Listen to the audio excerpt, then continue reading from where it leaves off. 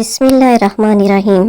حضرت سراقہ بن مالک رضی اللہ تعالیٰ عنہ سے روایت ہے، یہ اس وقت کی بات ہے جب حضرت سراقہ مسلمان نہیں ہوئے تھے۔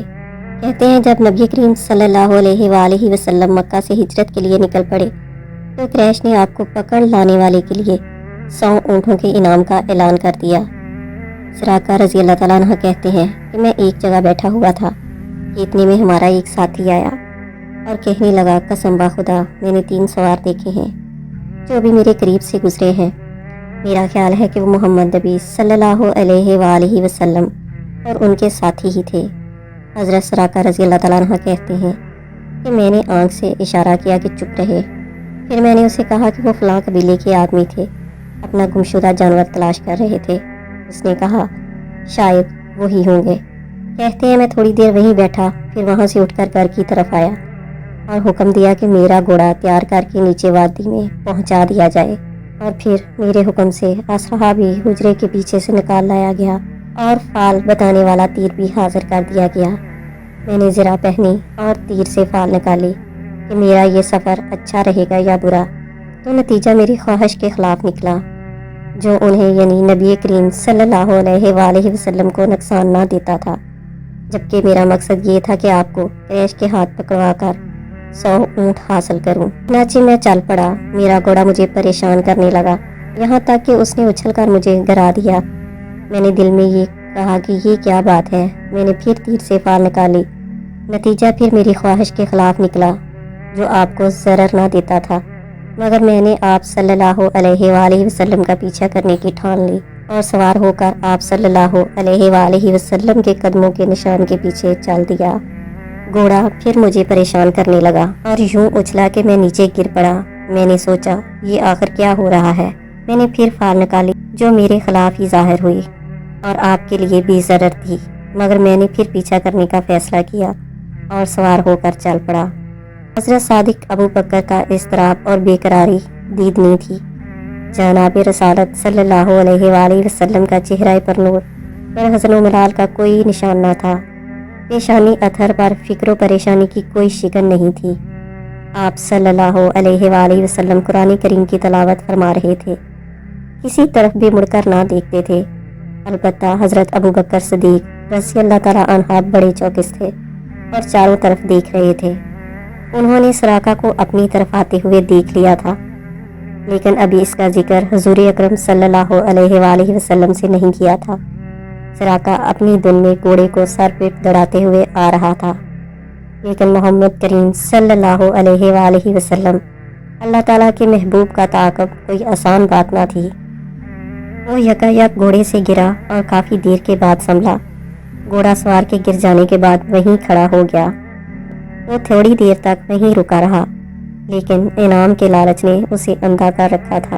اس نے پھر فال کا تیر نکالا، لیکن فال اب بھی اس کے خلاف تھی، تاہم اس نے فال کی پرواہ نہ کی اور گھوڑے کو ایڑ لگائی۔ حضور نبی اکرم صلی اللہ علیہ وآلہ وسلم کے ساتھیوں کی اونٹنیاں بڑی تیز جا رہی تھیں، مگر سراقہ کا گھوڑا تازہ دم تھا، اس لیے وہ جلد ہی ان کے قریب آ گیا۔ حضرت ابو بکر صدیق نے جب سراقہ کو اس طرح اپنے بالکل قریب دیکھا تو آپ صلی اللہ علیہ وآلہ وسلم سے عرض کی، یا رسول اللہ صلی اللہ علیہ وآلہ وسلم، تعاقب کرنے والا اب بالکل قریب آ پہنچا ہے۔ لیکن آپ صلی اللہ علیہ وآلہ وسلم نے مڑ کر نہ دیکھا، نہ کسی کا خوف گھبراہٹ کا اور نہ ہی گھبراہٹ کا اظہار کیا، بلکہ نہایت سکون سے اللہ سبحانہ و تعالیٰ کی بارگاہ میں دعا کی کہ یا اللہ مجھے اس کے شر سے بچا۔ یوں ہی یہ الفاظ آپ صلی اللہ علیہ وآلہ وسلم کی زبان مبارک سے ادا ہوئے۔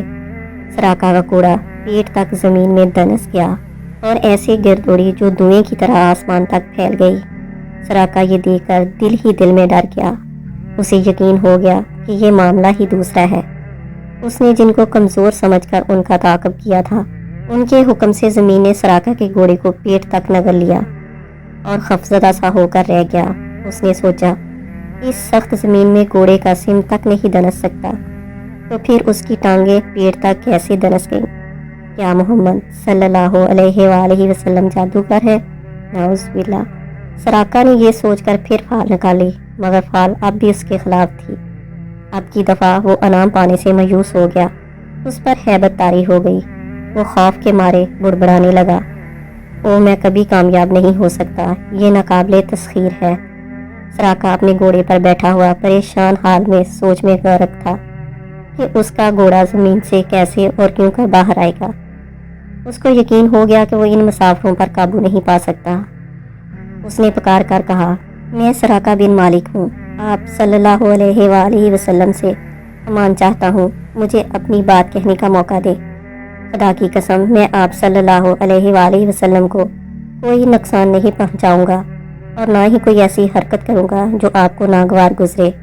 محبوب خدا رحمت للعالمین صلی اللہ علیہ وآلہ وسلم نے اس کے لیے دعا کی، اونٹنیوں کو روکا اور اس کی طرف دیکھا۔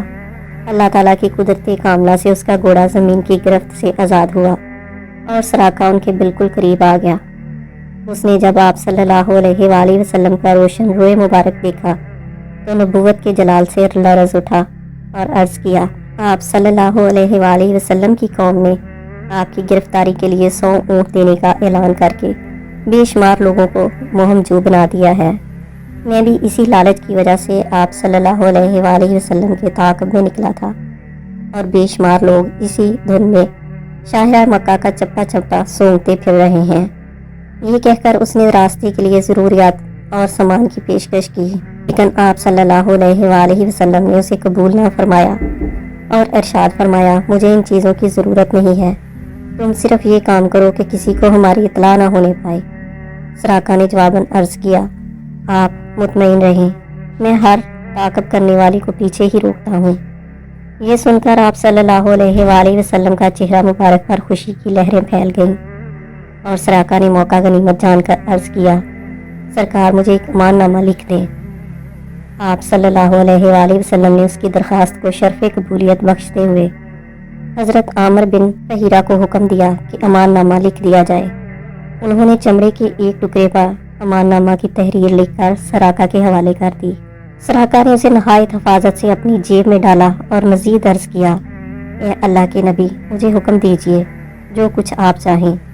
آپ صلی اللہ علیہ وآلہ وسلم نے ارشاد فرمایا، بس اپنی جگہ پر ٹھہرو اور کسی کو ہم تک نہ پہنچنے دو۔ ابھی تھوڑی دیر پہلے سراقہ دشمنی جاں بن کر آیا تھا اور اب پاسباں بن کر واپس جا رہا تھا۔ اس نے جب واپس جانے کے لیے قدم اٹھایا تاکہ اپنے گھوڑے پر سوار ہو سکے تو آپ صلی اللہ علیہ وآلہ وسلم نے ارشاد فرمایا، سراقہ اس وقت تمہاری کیا شان ہوگی جب تم کسرا کے کنگن پہنو گے۔ سراقہ حیرت زدہ سا ہو کر رہ گیا اور ایک دم بجلی کی مانند اس کے ذہن میں ایک خیال گوندا، اور وہ حضرت محمد صلی اللہ علیہ وآلہ وسلم خود مکہ سے ہجرت کر کے مدینہ جا رہے ہیں، میں ان کی بات کیسے مان لوں؟ اس نے حیرت سے پوچھا۔ کسرا بن پرویز شہنشاہ ایران کے کنگن؟ آپ صلی اللہ علیہ وآلہ وسلم نے فرمایا، ہاں، کسرا شہنشاہ ایران کے کنگن۔ سراقہ نے انتہائی حیرت سے عرض کیا، سرکار یہ کنگن میں پہنوں گا؟ آپ صلی اللہ علیہ وآلہ وسلم نے فرمایا، ہاں اور کون؟ یہ کنگن پہنانے کا اعلان آپ صلی اللہ علیہ وآلہ وسلم نے اس وقت کیا تھا جب اس ریگستان میں ان کے پاس قرض پر خریدی ہوئی ایک اونٹنی کے سوا کچھ اور نہ تھا، جبکہ وہ خود دشمنوں سے تنگ آ کر مکہ چھوڑ کر جا رہے تھے، اور جبکہ انہوں نے تعاقب کرنے والوں سے بچنے کے لیے دشوار گزار راستہ اختیار کیا تھا جس کے متعلق بہت سے لوگ کچھ بھی نہ جانتے تھے۔ سراقہ واپس چلا گیا۔ اسے جو بھی حضور اکرم صلی اللہ علیہ وآلہ وسلم کے تعاقب میں جاتا ہوا ملتا اسے نہایت اعتماد سے کہتا، تم لوگ واپس چلے جاؤ، میں نے اطمینان کر لیا ہے کہ وہ ادھر نہیں ہے، اور تم لوگ جانتے ہو کہ میں کیسی نظر رکھتا ہوں اور سراغ رسانی کا میں کتنا ماہر ہوں۔ اس واقعہ کے تقریباً 8 سال کے بعد ذکر کرتے ہوئے سراقہ کہتے ہیں، میں نے یہ تحریر اپنے پاس محفوظ رکھی، اور 8 سال کے بعد جب نبی کریم صلی اللہ علیہ وآلہ وسلم حنین اور طائف کے مارکوں سے پلٹ کر واپس آئے تو میں آپ صلی اللہ علیہ وآلہ وسلم کی خدمت میں حاضر ہوا اور وہ تحریر پیش کر کے عرض کیا، میں سراقہ بن مالک ہوں اور یہ آپ کی دی ہوئی تحریر ہے۔ آپ صلی اللہ علیہ وآلہ وسلم نے فرمایا، آج وعدہ پورا کرنے کا دن ہے، آج حق ادا کرنے کا دن ہے، میرے قریب آ جاؤ۔ میں حضور اکرم صلی اللہ علیہ وآلہ وسلم کے قریب گیا اور اسلام لے آیا، اور آپ صلی اللہ علیہ وآلہ وسلم نے مجھے بہت سا انعام و اکرام دیا۔ اللہ تعالی ہم سب کے کبیرہ اور صغیرہ گناہ معاف کرے اور ہم سب کو ایمان پر موت دے۔ آمین ثم آمین۔